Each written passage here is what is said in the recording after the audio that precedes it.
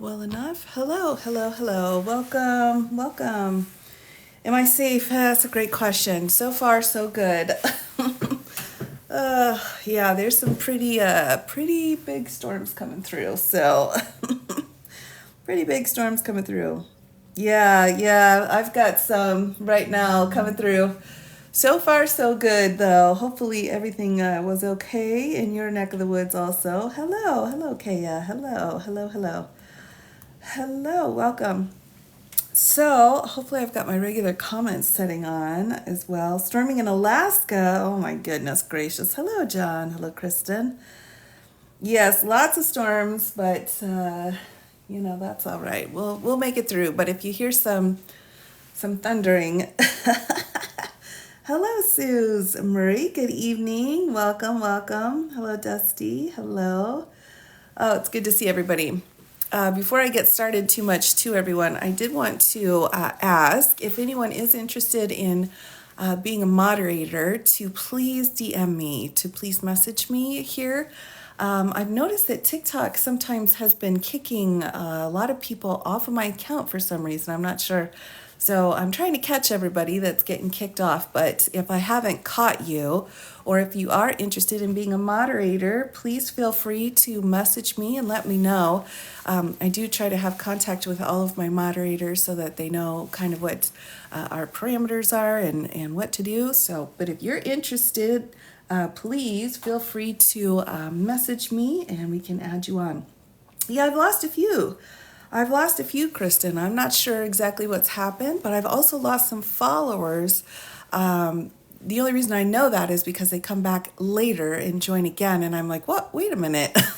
Where'd you go? So I'm interested. Oh, great. That sounds great. The more the merrier. Absolutely. Yes, Mads. And we are, again, our moderators, that's the only way I can go live really is because of all of the help from the moderators. I'm really heavily reliant on them. So, and random moderators, no, I don't understand how it all. But yes, I thought I would do another shout out today. I do like to go through and check in with my moderators. And so this last time I was like, wait a minute, I've lost a few. So come on back, or anyone who's interested, just let me know. So welcome in, everybody. Welcome in. This is my second live today. I did do a very, very brief live earlier today over lunch. I like to call that a lunch and learn little bonus live where I did go over the criminal complaint that was filed in Wisconsin today. So that was pretty big news. Now, I wasn't sure who all was on it. And I think on my post I had said Mr. Trump, but it's actually Mr. Roman, Mr. Trupas, which kind of looks like Trump, and then Mr. Chesbro.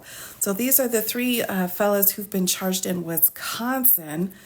And that just came down today. So that was pretty big news. I'm unable to message you. Oh no, Kaya. Okay. So did you, okay, let me write your name down, Kaya, so I don't forget, all right?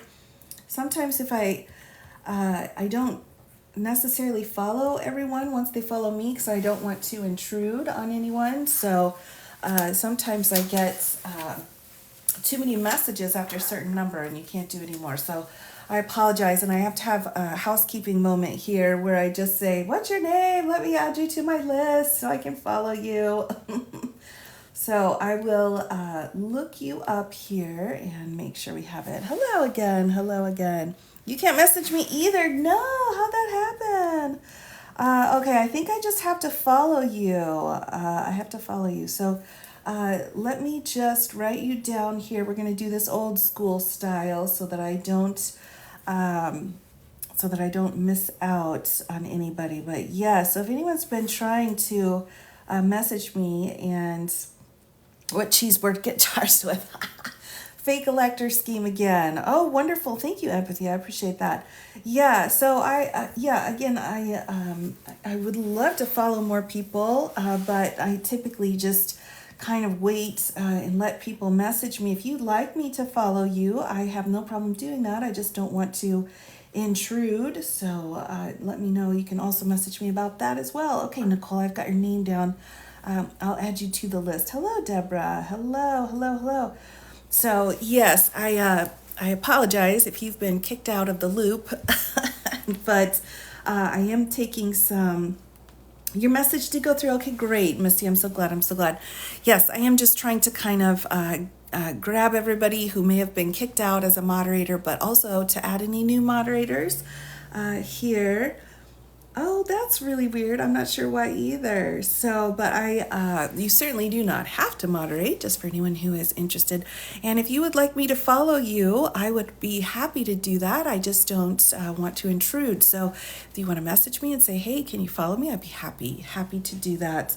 I just like to get permission first. Yeah, it's a good question, Michelle. It's a good question. I'm not sure exactly. So, yes, thrilled in Wisconsin. Oh, wonderful, June Marie. Yeah, that's great. Yeah, just message me if that's something you're interested in. And my moderators just kind of come and go as they are comfortable. We have plenty, or we have enough of them that's fine. So you can come in for just a little bit and then you need to go out.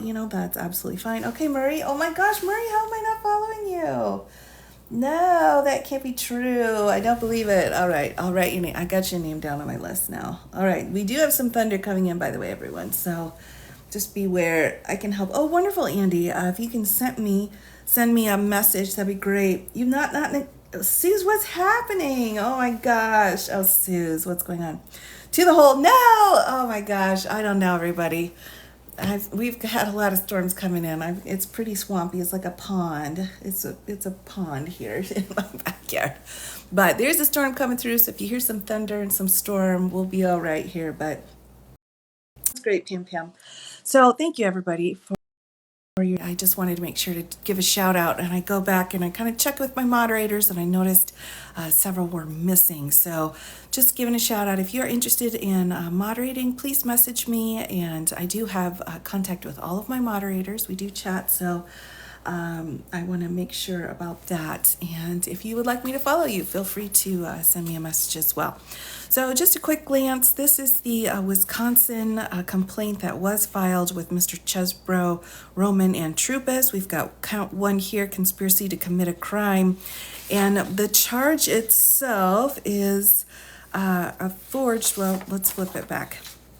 Agreed or combined with another with the intent to commit for the purposes of committing the crime of uttering as genuine a forged writing or object, namely a certificate of the votes of the 2020 electors from Wisconsin, knowing it to have been falsely made or altered.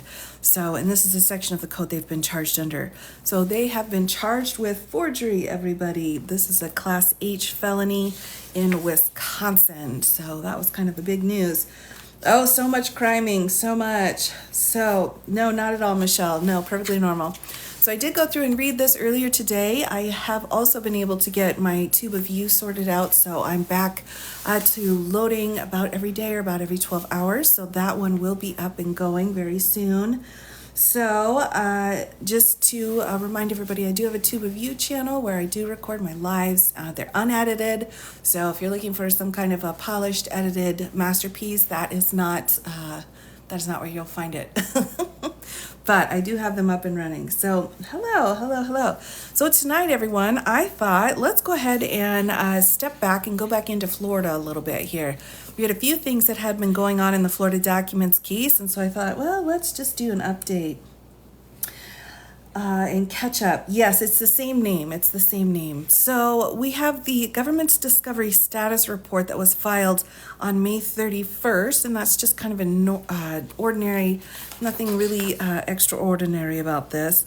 But I think something interesting here is that we do have multiple motions to compel and pending discovery disputes. Now, that is still on the docket. Now, for those of you that were with me when I went through the Florida docket, it was quite the mess, everyone. Oh, you're welcome, Debbie. I'm happy to. And it's quite the mess, and that's because we have a lot of motions outstanding, and part of the motions have been these discovery or motion to compel. So one of the things that was filed was, it says here, this is just the government motion. It's only a paragraph. And it says, since the defendants filed their motions to compel on January 16th, the government has made 6 productions of unclassified discovery and 2 productions of classified discovery.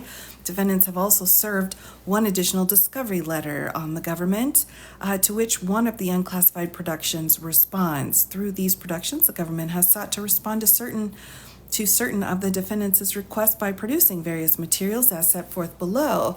So what they're saying is they have a motion to compel on file, the defendants do, and what the government has said is we have just filed and given you everything that you're asking for.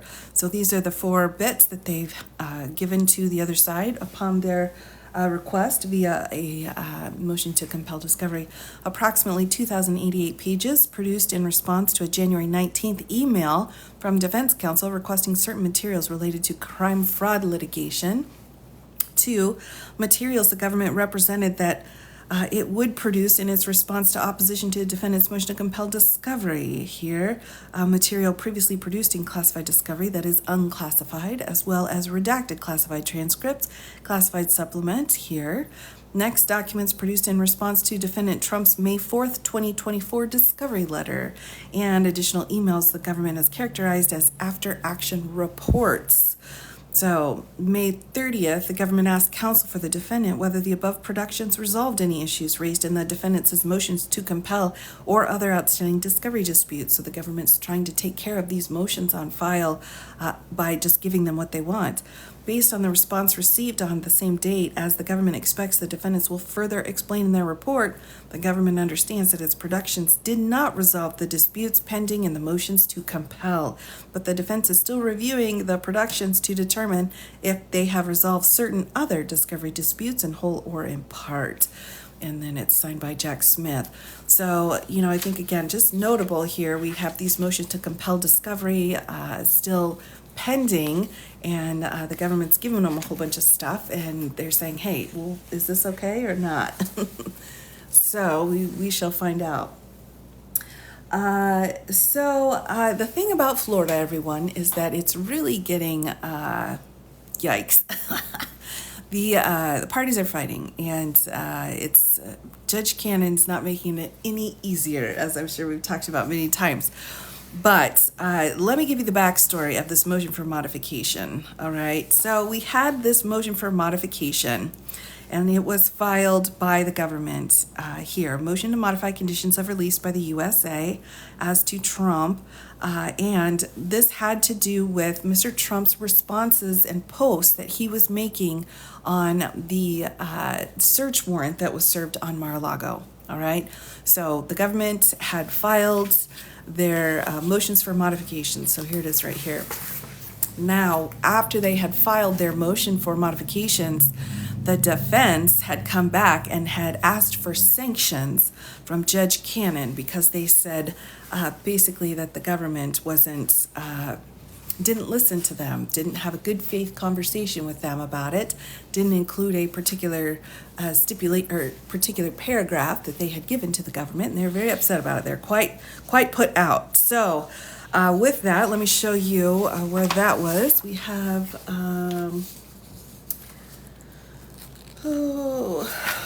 let's see, where did that go? Where is that response?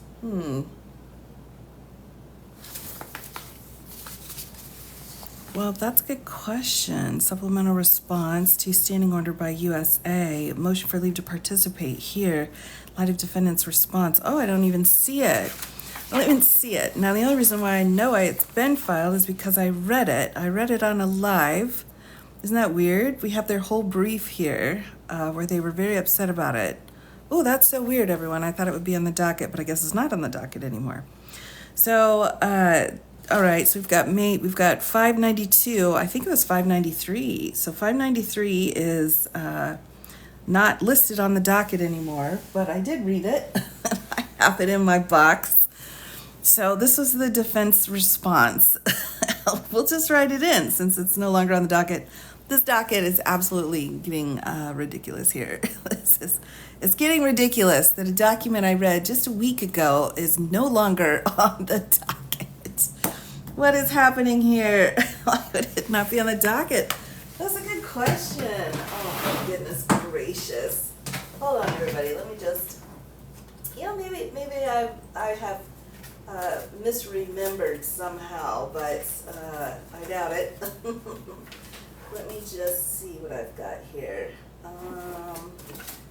So we have, 572, 77, 565.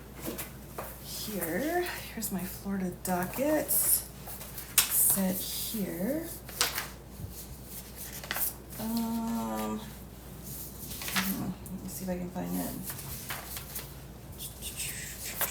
Sorry, one moment, please. You read it off your computer. All right, fair enough. Although I thought I had printed it out because I thought, wow, that's a lot of paper. Well, anyway, so Mr. Trump had gone through, oh, maybe I did. You're right, everybody. Oh, no, I know I must have printed it. It's somewhere around here. Everybody.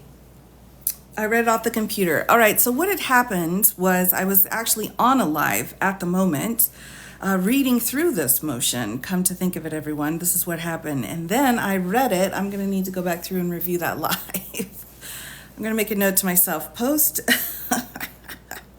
Oh my gosh, double check on that. So I read through his filing and he was very upset. He was asking for sanctions and said they didn't have a good faith discussion with him about it. You all were there with us. With that, we had an order that came in from Judge Cannon. Now, Judge Cannon had said,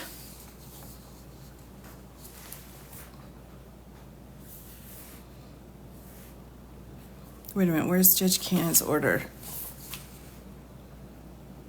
Oh my gosh, where's her order, everybody? Oh my gosh. What? Are you kidding me? Come on. Oh my goodness. Come on. Oh my goodness gracious, everybody. Oh my gosh, I just can't with this judge. We have you reading it. All right, everyone. Oh my gosh. So it's no longer here. Frustrated. All right, look at this. We have, So it says here, on or before June 14th, Defendant Trump shall respond to 592. Hold on, I'm not far enough back, everybody. Maybe that's the problem. I didn't go far enough back. Hold on, let me go. All right, I just didn't go far enough back. My bad. Hold on, everybody. We're all ready to be like, file it. Let's go get Cannon. Hold on, my bad. I didn't go far enough back. Oh, I apologize. All right. Here we go. Hold on, everybody. We have, I'm sorry. Here's when the motion to modify was. All right, here it is. So this was on the 24th. Hold on, it must be the storm. So we had the conditions of the release, which are somewhere here. And then we had the immediate response. So we had the motion to strike the motion to modify conditions of release. That's what I read online with everybody. All right, so we're getting it sorted out here. Oh, really? Did they put? Oh, that's so fun. Oh my gosh. I really need to go hang out and just sit down and listen to some of his podcasts. I need to make time to do that for sure. Mighty Pants. Oh, we love that, Tay. We love that. We love that. We got to definitely do that. So, all right.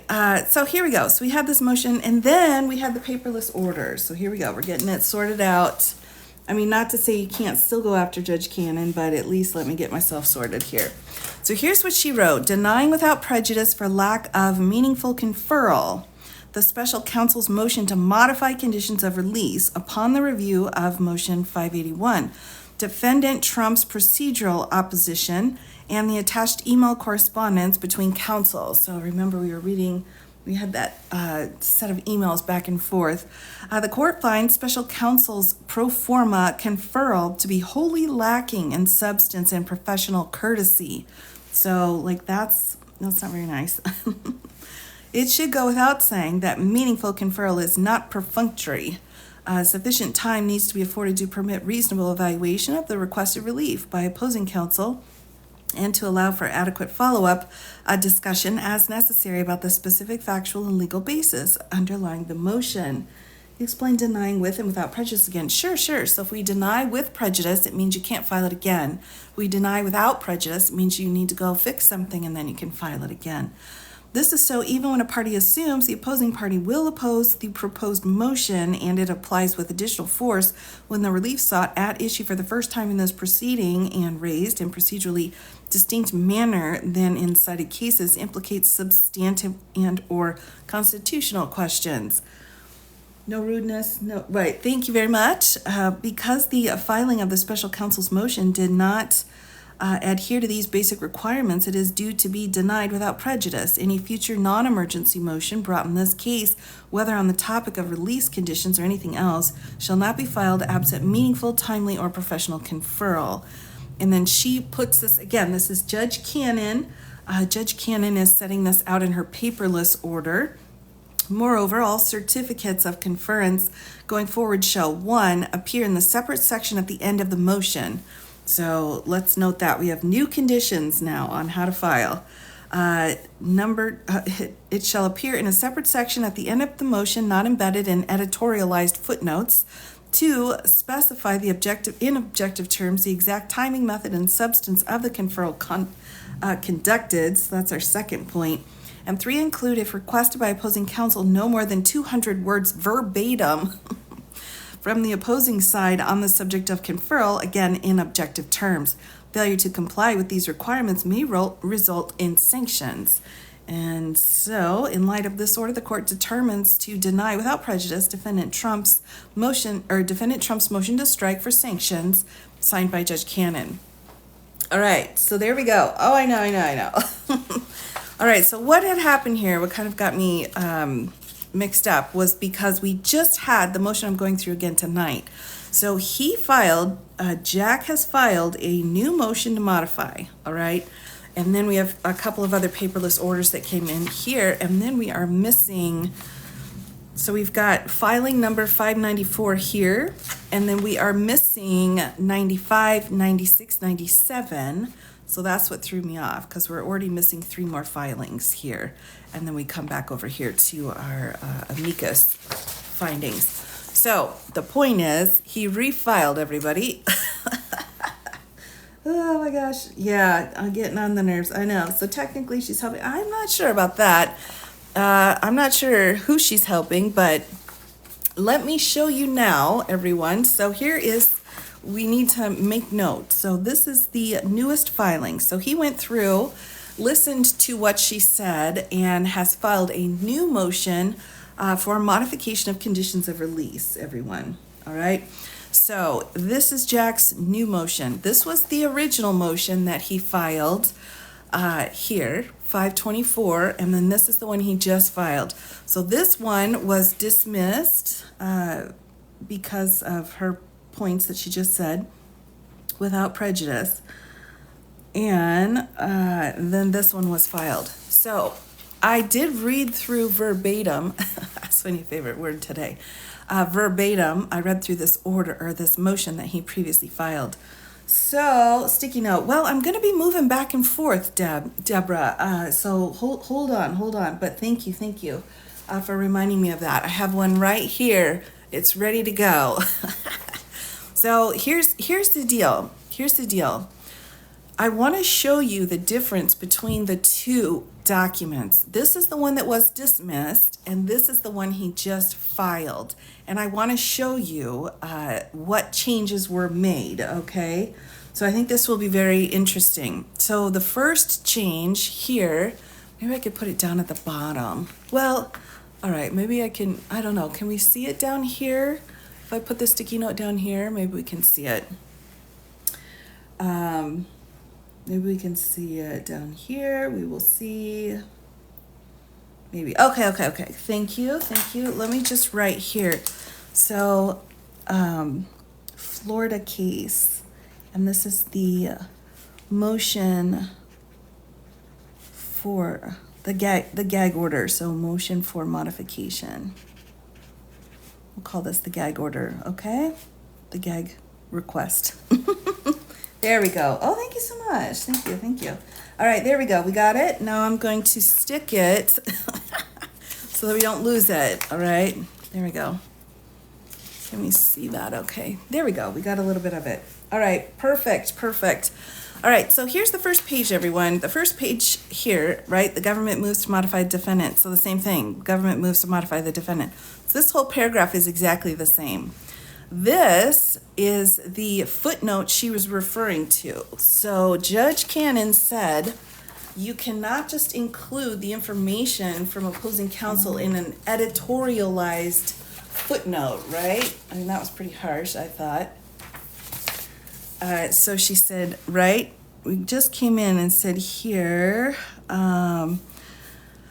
right, appear in a separate section at the end of the motion, not embedded in an editorialized footnote. So this is the editorialized footnote. And she said, you're not allowed to do that. Let's just take a look at this footnote because I will compare it to the addition. The government has contacted counsel for defendant Trump, who stated that they object to the motion and the timing of the conferral on a holiday weekend. It's their position that the government has not provided an opportunity for meaningful conferral. They do not believe that there's any imminent danger and asked to meet and confer next Monday. However, within just the last few hours, Trump has continued to issue false statements, smearing and endangering the agents that executed the search. So this is what she's calling that editorialized footnote, everyone. I don't know. What do we think? Was it editorialized? All right, so that's been removed. All right. Now, oh my goodness. So as we go through the rest of this, it is exactly the same. The rest of the motion is exactly the same until we get to the end. So on page 11, it's signed.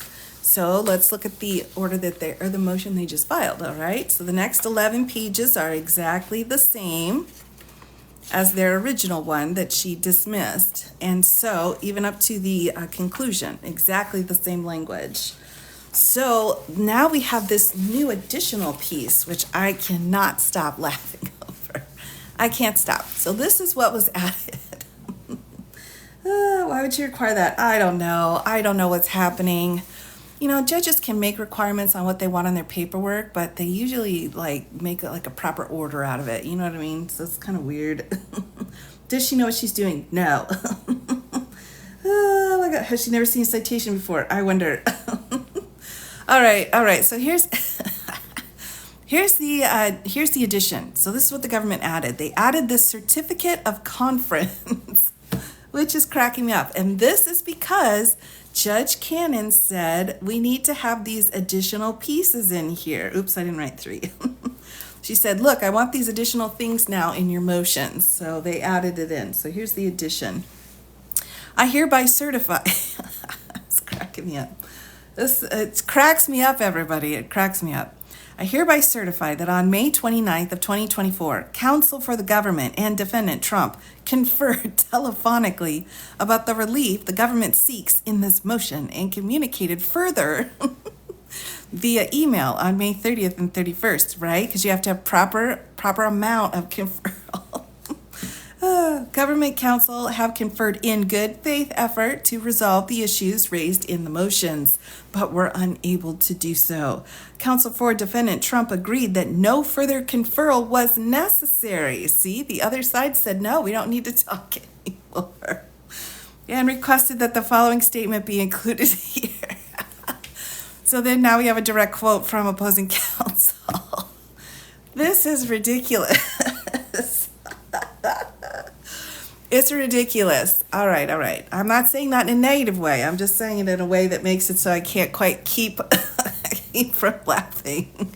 So they did everything they needed to do. All right. She said, hey, you need to have it at the end. Fine. It's its own page. Did you make adequate efforts? Yes. And defense counsel said there's nothing more we can do. And that included this. Oh my gosh. All right. So here's the quote. No more than 200 words. Well, yeah, I mean, that's up to the other side, right? So President Trump opposes the motion. As an initial matter, we do not believe that the court or the defense should have to address the significant and complex constitutional issues presented by this motion until pretrial services has provided its views about whether such condition is necessary to meet the purposes of the Bail Reform Act and how such a condition would be enforced. President Trump respectfully requests that the court direct pretrial services to provide that input to the parties as soon as practicable. On the merits, President Trump's position is that the requested modification is a blatant violation of the First Amendment rights of President Trump and the American people. I don't know, I'm an American person. I don't feel like my rights are being violated. Which would in effect allow President Trump's political opponent to regulate his campaign communications to voters across the country. We seek the customary 2 weeks to respond to the motion, and we respectfully request that the defense opposition deadline run from the time at which the parties and the court receive the requested information from pretrial services. So,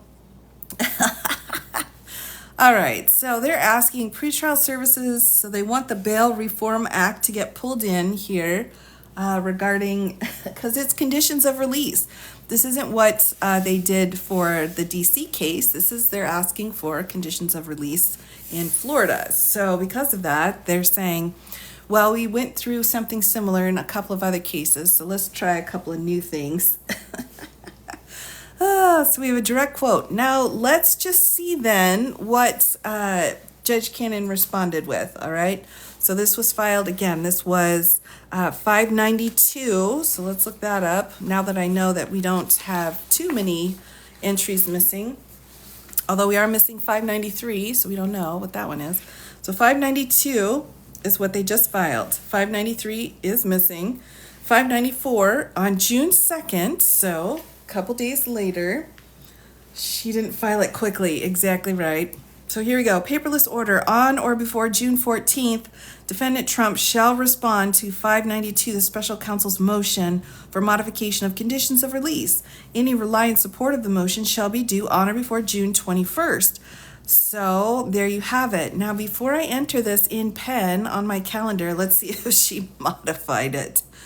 All right. So she's saying you got 2 weeks to respond, which is quicker than Trump had requested. He requested that a report come in first before, and then we respond then. So let's just check and make sure before I add these dates to my calendar if she's moved it any further. So we've got a reply due the 21st and his response due the 14th. So let's take a look and see what else we've got set out on the docket here. Since we don't have regular paper orders in this case, apparently. I'm sorry, I'm snarky tonight, everybody. Snarky. All right. So 598 is an unopposed motion for leave to participate in oral arguments as amici curiae in support of President Trump's motion to dismiss. All right, so this is an amici request. So outside people are asking to be able to be included in this argument. So by former Attorney General Michael Mukasey and by Citizens United Foundations. Citizens United, Gary Lawson, Steve Calabresi, Edwin Meese III, as to Donald Trump, Walter Nada, and Carlos de Oliveira. So they are asking to be able to be included as extra information on this argument. All right, so yay, Citizens United, we love them. All right, and then June 3rd, paperless orders. So here we go, 599. So the court's in receipt of defendant Nada's notice of filing 595, which is not listed, which attaches the overdue redacted filing 138. So I did do a post on this, but fails to fully comply with the court's order to show cause. So what had happened, here's an intervening moment, everyone, is that the court had told Nada he needed to file some stuff, and he filed it, but not that well. So she's coming back, and she did an order to show cause, and she said, you need to file this properly and tell me why you didn't file it properly. All right, that's what we're talking about, the 589 order to show cause. Defendant Nada is reminded that on or before June 3rd, he must show cause in writing why he failed to comply with the court's instructions by the original deadline of May 28th. Now, this happens to be on June 3rd. So she did an order to show cause, which is basically a contempt situation. So to show cause why you failed to comply with my order. And now she's doing a reminder. Nada is reminded that on or before June 3rd, he must show cause. And this is June 3rd. That's interesting. So, all right. And then we have a supplemental response to the standing. We got through that already. Next, we have a motion for leave to participate in oral arguments as amicus opposing defendant Trump by constitutional lawyers. So these fellas are wanting to be involved, and then now these fellas or ladies, I don't know who they are yet, want to also be involved. Here we go. Let's see who they are. Former government officials and state democracy defenders action as to Donald Trump. Responses due here. So we have the opposite team now, which is what's happening here. Anytime one side files something, the other side files another thing. So hold on. I think we're getting to, I'm not sure if they're delay tactics. I think right now what's happened is we're in a really ugly divorce situation. We're in a very ugly legal proceeding with a judge that has no idea what they're doing. So things are getting ugly. All right, so here we go. So this was the third. She said to Nada, I'm reminding you, you need to send this stuff in and tell me why you missed the deadline. Here's her next order. In light of the defendant Nada's response to the court's order to show cause in 602, which is not listed, we do not have a 602. A lot of the filings, again, are not on the docket. And his earlier notice of compliance in 595, the court's order to show cause 589 is discharged. So she said, based off of his filing, she's going to discharge that order to show cause. Defendant Nada is reminded to comply with all court directives and deadlines. That's pretty harsh. You don't ever want a judge to say this to you. So Mr. Nada is on the bad list right now. So Mr. Nada got into some trouble. Now she is discharging her motion to show cause. So his contempt is being discharged, but she's not very happy about it. All right. So right. Let me walk you through it again. So Nada was supposed to file something and he didn't. So she said in an order, you need to file this and tell me why you didn't file it. And that's an order to show cause, which is contempt. Show cause. Tell me what the cause was for not obeying my order, which said you had to file this motion or file this piece of paper. So he filed partial, and she came back and said, your partial's not enough. You need to file the other part of your explanation to me. And you're supposed to be filing it today. So a couple more things were filed, and she came in and said, all right, well, based off of what you filed, good enough. I'm going to go ahead and dismiss my order, forcing you to show me why you didn't comply with my order, because apparently now you filed enough. Jack, go to the 11th Circuit. Well, I'm not sure. Yeah, it's a bit of a, this got a little heated there for a moment. So, and anytime the court says I need to remind a party, that's never good. But also when the defendant not is reminded to comply with all court directives and deadlines, that means that you've really upset the judge. So, no, I don't know that every time paperwork has to be redone, it causes delay. I don't think so, because there's just so many different irons in the fire here. I'm sorry, my metaphors, everyone, forgive me. But there's so many things going on right now. There's SIPA stuff going on. There's discovery stuff going on. There's all kinds of other things going on. We've already got a big, huge hearing set for the last week in June anyway. So all of our pretrial, let me just show you the calendar real quick. All of these pink squares are Florida pretrial things. So these are already set. All of this stuff is already set in order to keep us going forward. So this is just another thing to be like, here's another thing, here's another thing, here's another thing. So not this particular, I wouldn't say this particular thing is setting anything back other than the judge's temper. Oh my goodness. Back and forth. The laundry is very important. Very important. All right, and so next we have another paperless order. Here's the last one, again, June 4th. So this is today. Who's Nada? It's good. It's a good question. All right, let's take a peek real quick before I get to this last order. So Mr. Nada is what they refer to as the body man.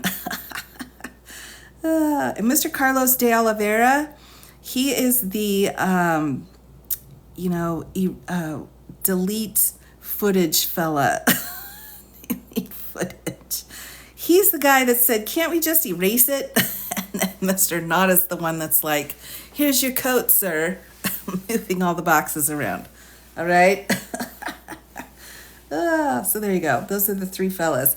Now, Mr. De Oliveira was added later in the superseding indictment, but Nada was originally charged with Trump. All right? The bouncer, right? Oh, my goodness. I can't, everyone. I seriously, the snark is real tonight. He's Nada by nature. Oh, my goodness.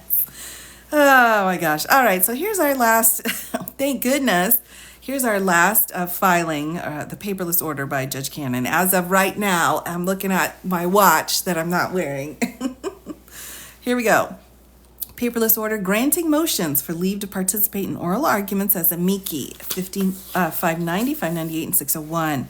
The representatives designated in the respective filings will be permitted to appear on behalf of amici and present oral arguments on June 21st, hearing on Trump's motion to dismiss the indictment based on unlawful appointment of special counsel Jack Smith. Approximately 30 minutes reserved for each. So let's take a look. We've got 590, 598, and 601. Let's just double check. So 598 here was Citizens United, and then she said 601. All right, so that's the pro-democracy group. they get to have their piece said, and then 597, which we don't have. I don't have 597. I don't know who they are, but apparently, let me double check here. Okay, 590. Oh, phew. I was like, 597. Are they hiding who amici are now? What's going on? Oh, my goodness. All right, here we go. Here's 590. So here's the third batch. So we have motion for leave for Professor Seth Barrett Tillman in Landmark Legal Foundation to participate in oral arguments here in support of defendant Trump's motion to dismiss the indictment. So it looks like we have two amici for defendants, and then we have one amici for the state, so that are going to be allowed to come back in and give their 2 cents worth. All right, did everyone follow me on that wide and tangly road? Oh my goodness, why is this allowed? Well, that's a great question, Michelle. Now here's the deal. Amici or amicus curiae, that it dates all the way back to, like, I don't know. Do we want to go to the Mayflower? Maybe. I don't know if the Mayflower Compact did it or not. But whatever. It's a long historical bit where what happens is, our courts, they have knowledge of the law, and that's great. We should hope that they would. But sometimes they don't have specialized knowledge of a particular specialized point. So there are groups out there who are experts in the field, are claiming that they're experts, and they say, hey, Judge, we've got extra knowledge that we want to tell you about to help you come to your decision. So we would like to come in as a friend of the court, which is what this phrase means in Latin, and we would like to offer you some information to help you come to your decision. So that's what's happening here, is that we have groups of people saying, we've got specialized knowledge. We want to give you that knowledge, Judge, and help you figure it out. Now, because Judge Cannon could really use all the knowledge she could get, that's great. But on the other hand, she doesn't necessarily have enough experience to weed through the knowledge that's actually useful and correct and helpful versus just, extra, noise. So she's got to figure out what's actually important and what's not, and she is struggling to do that. Usual for a case to take this long to get to trial. When you have a judge that's inexperienced, it's not that unusual. When you have this case is not a difficult case. This case is difficult only, it's not in and of itself. This case, what makes this case hard is that we have an inexperienced judge. She doesn't know what she's doing, so she is got to figure it out, and it takes extra time to figure it out. She's kind of, I saw you on Huck's Live. More, please. Well, we'll see what we can do. We'll see. Yeah, I'm talking to. I'm happy to join them again. We'll have to get something sorted out for some fun times. But no, it's if you have a really inexperienced judge, it's going to take you 10 times as long to get through a case. That's true in any case. And unfortunately, what's happening is that everybody gets to see. So, there are a lot of things in the legal system that we all as attorneys witness and have and are part of, and we're like, oh, this sucks. But it's kind of like, you keep them in the closet. You don't really tell people about it. Maybe the closet's not the right reference right now, but you just kind of push them to the side, and you're like, this is like a bad part that we don't really talk about, but it does exist. Our unspoken secrets, maybe. And one of them is that if you have a judge that's very inexperienced, it can take you a really, really long time to get through a case. And so it's not necessarily that it's a bad thing or a good thing. It's just one of those things that we don't really talk about because it's annoying. Maybe that's a better way of putting it. Oh, I know, Mads. I know. My bad. Not in the closet. Get that door off the closet. No. We like closets. Dirty laundry. There you go, Mary. Right. Exactly right. No. No closets. No closets. Nope. My bad. Can more experienced judges encourage her to move things along? They certainly can. But she has to be receptive to that. She has to be receptive to that. And she's like the newest person. She is the newest judge on their entire bench down there in Florida. And, I pulled a list. She is the absolute bottom. She has the least amount of seniority compared to everybody else in Florida. So, she's kind of getting kicked around to get started with. And so if she's got a chip on her shoulder, it is going to really show itself when she's been given a little bit of power and authority here. Closets can be a good thing, true. Good for organizing. Is there a way to move to a different court? No, not at this point. No, and that's a valid question. The reason why we're in Florida is because the residence was in Florida, right? The reason why the New York case was in New York was because that's where the business documents were that were falsely written on. How'd you get appointed to this case? It's random. It's a random lottery type situation, or as I prefer, bingo. All right. So there's 12 judges that are actively on the bench, maybe less than that. So they spin the wheel, and whichever number comes out, then they call that number, and that's the judge that gets the case. Yeah, appointed randomly. Thank you. That's right. It is a lottery.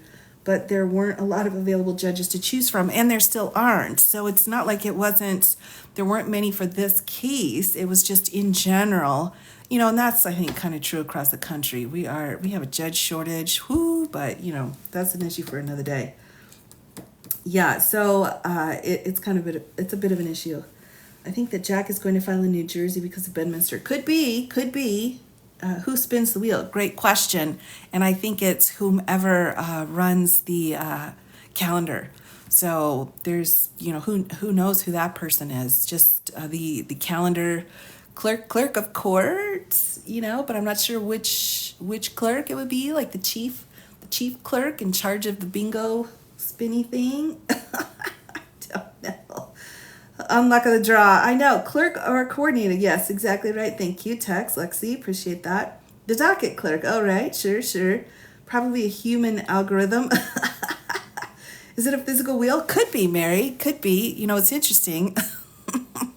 Some places still do have a physical wheel. And for example, we no longer did, but in my jurisdiction, we literally had a bingo thing, and we had numbers, the numbers for the different, and then you would turn it, and then whatever number, literally it was a bingo thing. So that's why I like to use that reference, although no longer is that the case, just like we don't use cassettes anymore either, everybody.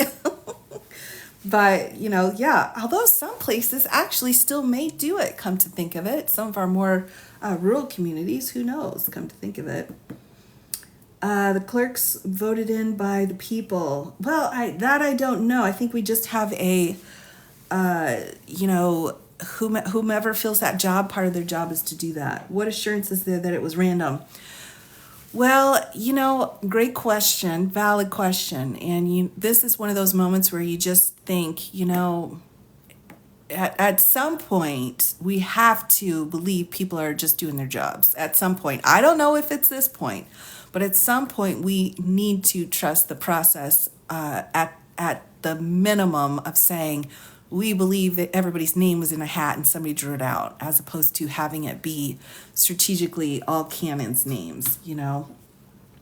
So the clerk of court is hired by the court, right? So I'm not sure exactly what positions are voted for in which communities and which positions are not.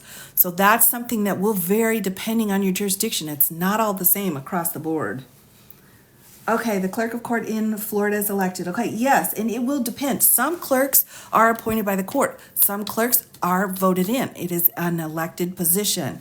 So it just depends on where you're at. You think we would be in a different place if this trial was with a senior judge?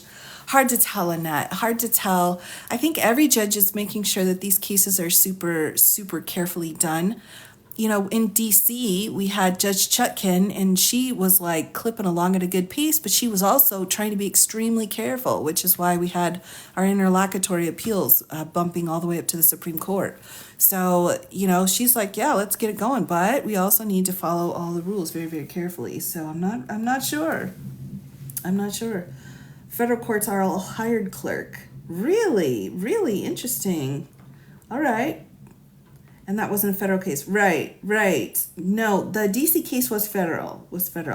See, and I just don't know, everyone. Honestly, I do not know enough about the intricacies of the federal court system with how that works. But that would make sense. Again, I just don't have the answer to that. I'm at New York. Nope. Automated case management systems used in Florida to pick the judge. I looked it up. Okay. Automated. Well, at least it's not a bingo wheel, right, everyone? So there's that. So there's some kind of technology involved. Oh my goodness. Yes, I mean truly, I just don't know. I could look it up, but I'm not looking it up at the moment. But that is a really interesting question, though, isn't it? 18 judges. Okay. So my understanding was there was 12 that they actually chose from. Random. Right, exactly random. Or as random as it could be. Right, at least right. And I can't see the A word or everybody's A words are going to go off. Oh my goodness. Okay, excellent. Well, thank you. Automated bingo ball. Well, there you have it. There could be that. Oh my gosh. So I cannot in good faith say for 1 minute that this case is where it's supposed to be. I really can't, because I think the dock is a mess. And I think had a different judge had this docket, it's possible it wouldn't be a mess. And I'm all for that. I'm all for a clean docket. But we don't have a clean docket here. We have a mess of a docket. And this docket shows to me how inexperienced the judges. The more experienced the judges, the cleaner their dockets are, has been my experience. So this question of is she intentionally delaying, blah, blah, blah, at what ends, like there's a lot of other easier means for her to have gotten rid of this case. If she was like, let's just take this all the way. There are other ways that she could have done this other than just kind of like doing this like slow nickel and diming, excruciatingly slow, death by 1,000 slices kind of situation. Because this can't be fun for her either. I can't imagine that Judge Cannon's enjoying herself very much here. I'm not saying that, I'm not trying to say, sympathize, but I'm just saying I cannot imagine that either. Does it make it more expensive? No, I don't think so. I think a clean docket is when things are more organized and the judge is like, we've got 1, 2, 3, 4. We need to answer 1, 2, 3, 4. And things are more organized instead of like, here we've got, one of the motions that was motion 153 just had ordered back all the way down in 587 that went with it. Like you shouldn't be taking that long in order to do an order. So she's getting some side eye. Yeah, right. When will this trial start? Great question. And we don't know. So the calendar that she has set out has put her on the 22nd of July is when we will know the date. This is when we will know. Our speedy restarts on the 22nd. We have to have the trial within the speedy deadline. And we have a status conference set out on the 22nd of July. So she will tell us here. They should link the filings together. Well, maybe. I mean, the other thing too, though, everybody, is I say this, but then if you take a look at the Georgia docket, which is also a nightmare. So this is also a nightmare. I don't know how Judge McAfee is making it through the day. I just don't know. Yeah, I don't think it would be moot. Although, interesting question, would this be moot if he was president? No, because he's charged with the crime, the date and time that's set out in the indictment. Oh yeah, Georgia scares me. Georgia, oh my gosh, I feel bad for the Georgia, which we should be getting some new orders out of Georgia anytime now, hopefully. Schedule it before the election. It's possible. It's possible. I mean, technically, I think we've got 90 days for Speedy. So, I mean, technically, if she doesn't stop Speedy again, we have 3 months. 3 months in which this case technically has to go. Now, I don't think she's going to have Speedy start. I think she'll push it off again. But technically, it would have to be done before November if Speedy technically starts again on the 22nd. All right, so what's on the 22nd? So she has set up a status conference. So all of this has been happening because she is saying that a certain amount of time is not going to be included in the total for Speedy. Speedy means you have to get your case put on trial by a certain number of days or a certain date, or the case is constitutionally no longer able to go to trial. So what she's done is she said, I'm not going to include certain time in Speedy. So the Speedy clock was paused. It was stopped. And then she restarted it again. It was to restart again in May. And then she stopped it again. And she's set to restart it again in July. So she's basically like clicking and clicking and clicking. So she will re-click the Speedy clock to start on the 22nd, which means we have this clock. I think it's 90 days. I could be wrong on that, but 90 days in which the case has to be brought to trial. So what's most likely is she'll restart, she'll re-click it and pause it again, but that's what's been going on here. Right. Yeah, no, they'll just move him to Florida if he's in prison. Yeah, I mean, you've got to go to they transfer people all the time. Yeah, they move people all the time for their cases. She keeps pushing it back. What'll happen? Well, at some point, Jack will be like, dude, Speedy, seriously. Tap the screen, kids. He's toner. Oh my gosh. True story, everybody. Oh, I changed my toner tonight. I got my toner situation. Is out of control. OOC, everybody. Do people still say that? I don't know. I've already lost my. Oh my goodness gracious. They do a writ, correct? Well, I'm not sure exactly what mode he would use. There's multiple options. There's multiple options to do it. Has the right to Speedy as well. Exactly, Suze. And Judge Cannon has acknowledged that. And she did put that in her order that when she moved that May trial date, it was set out very specifically in her order. She's like, look, I get it. Both sides have it. Both sides have this right to a Speedy. And technically, she just set the clock 6 weeks out. Is there a point when she's not allowed to continue Speedy? Well, I think I can't. It's hard to say exactly because we have a couple of different kinds of Speedies. Speedy itself is not defined by a certain number of days. It's defined by the point at which an unfair trial is unable to occur. So at what point, let me just show you here. I just happened on my Constitution. I know everybody loves it when I get into my Constitution here. So let's take a look right here. So in all criminal prosecutions, the accused shall enjoy the right to a speedy and public trial. That's all it says. Now, exactly how many days for a speedy and public trial depends. Speedy trial days have been changed because of COVID. They are different in federal courts versus state courts. Sometimes they vary based off of the defendant's decision. And actually, in this case, she cited in her order, defendants had even agreed to move their speedy dates. So that will depend as well. Oh my gosh, great questions. Of course. So it will depend. It's completely dependent on what the judge thinks is fair and what is not fair. She has already kind of set out some kind of parameters, but does it give Jack more leverage if she keeps moving? Yes, it does. It absolutely does give him more leverage. Yeah.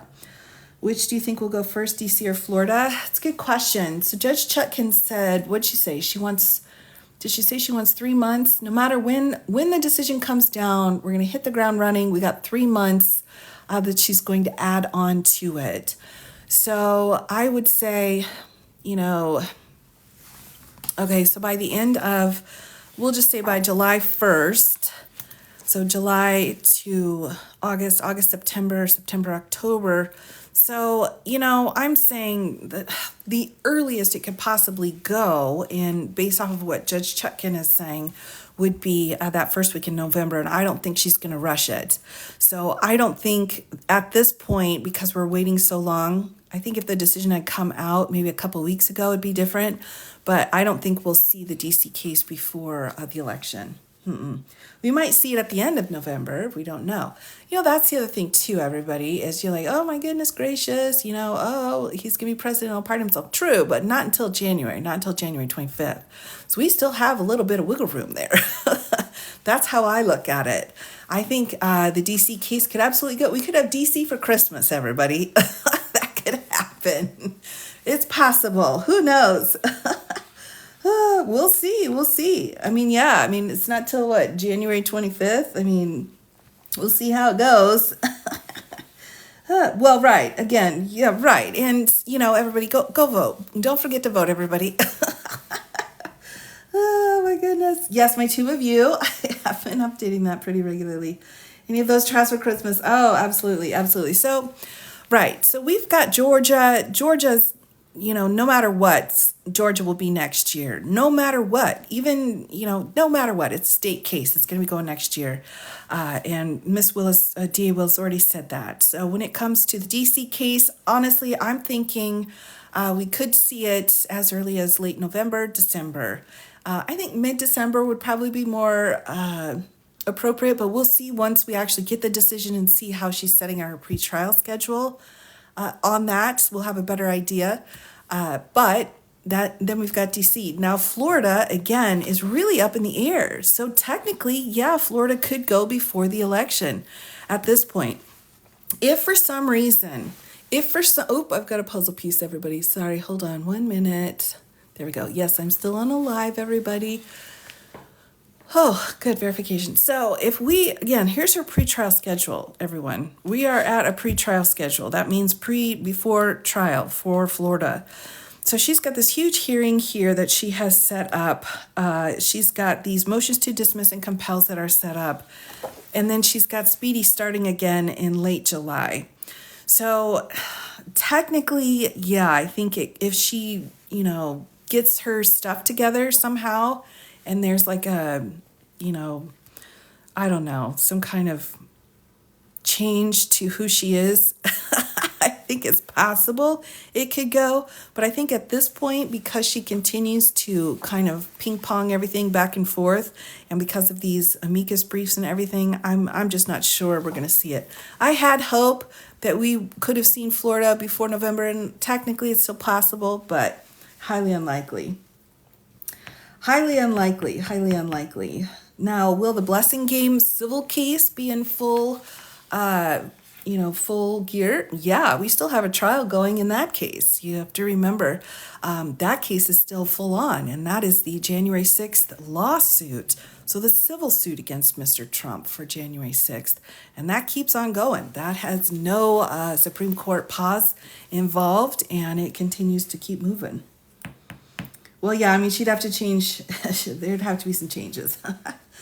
Does Florida? Well, federal court doesn't do. When is that scheduled? So yeah, sorry everybody. Federal court does not do televised cases.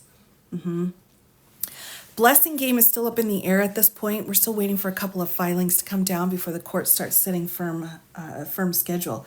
But it's coming. I mean, it's definitely been moving. We've got movement with the blessing game case. And that's huge. I mean, that again, that's the DC police and congressional people suing Mr. Trump for the harm that was done that day. That's a pretty major case too. So we'll see when that comes down. But that's still on the move, And then, of course, as we all know, we still have sentencing coming up for the New York case. We've got a lot of things moving in that direction as well. The only entity that can pardon a federal crime. Yes, the Supreme Court can, of course, dismiss or reverse a case. He won't be impeached unless the House Senate's blue. Well, yeah, I mean, come on. I think we've figured that one. Says she'd be in court because of all of her. Well, right. So there's so much criming, everyone. There's just so much with the crime. Have you kept up with his case in Scotland? I have not. I was on the Steele dossier for a while, but it just got to be too much. So I'll have to take a look at that.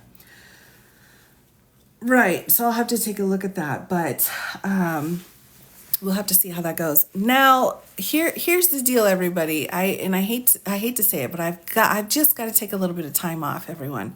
All right. I have noticed the last couple of days, really since the verdict, I am just, it's just getting to be a little too much. So here's my plan. We've got SCOTUS cases coming down on Thursday, and depending on what those cases are, I may go live. But I will probably be off on Wednesday and Thursday this week, everyone. I need a couple of dates to just collect myself, like get my paperwork off of my bed, the little things like that. So I will probably not be back live again on the 5th or 6th, and my post will probably be my live clips. That's the other thing too, is it's just getting to be too much to make content, prep the lives, and then go through and get all my YouTube stuff done as well. So I know, Yvonne, I know. So, and I miss all of you terribly. I really do enjoy coming live. This has really it's been so fun for me because typically I was able to get a few hours of teaching in every day when I was teaching. And so this has been just absolutely wonderful. But so I have people who've been giving me an eye. My cats are starting to get angry. So I am going to, I will probably not be back until Friday, everybody. That is when I'm planning to have my return, but I will let you know. So just watch for a post, and I will let you know when I'll be back again. But I will probably be off for the next couple of days, again, depending on what that big SCOTUS decision will be coming down this week. So oh, you all are so understanding, and I appreciate it so much. I don't feel any pressure whatsoever. It's just at some point you have to remind yourself. You have to say, I know it's fun and it's really interesting, but you got to go take a break. So I'm kind of forcing a break on myself to do this. Oh my goodness. And it's really just because so much has been happening since we had that verdict come down. So I will take a little bit of a break with that, but I will be back in full force. And again, of course, if there's anything breaking news coming down, I will keep my eye on all of that as well. So I know I need to take a break from the news. Oh, I know we all need to take a break from the news, for sure. I'm not sure if immunity will be this week or not. We will see. Of course, I will be back on as soon as that case comes down. We also have our Second Amendment case and a couple of other big ones. So we'll see what happens. But with that, everybody, you're welcome, Murray, of course. And I have multiple names here of people that I will be friending. If you would like me to friend you, please feel free to message me. I don't friend people without their permission, I guess, is how I put it. So I will be, of course, I will be on and about, but have to make a little bit of a break for me right now. But with that, everyone, I will go ahead and sign off for tonight. I will be back again very soon. I will still be, Hunter's trial is going to be fascinating. I'm planning to do a big full live on that as well, because that's really going to start getting going soon. But I will be back again very soon, everybody. Thank you all so much for your support and your time.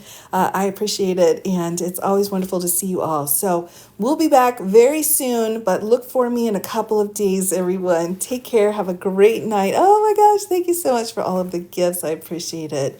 Have a great night, everybody, and I'll see you all soon.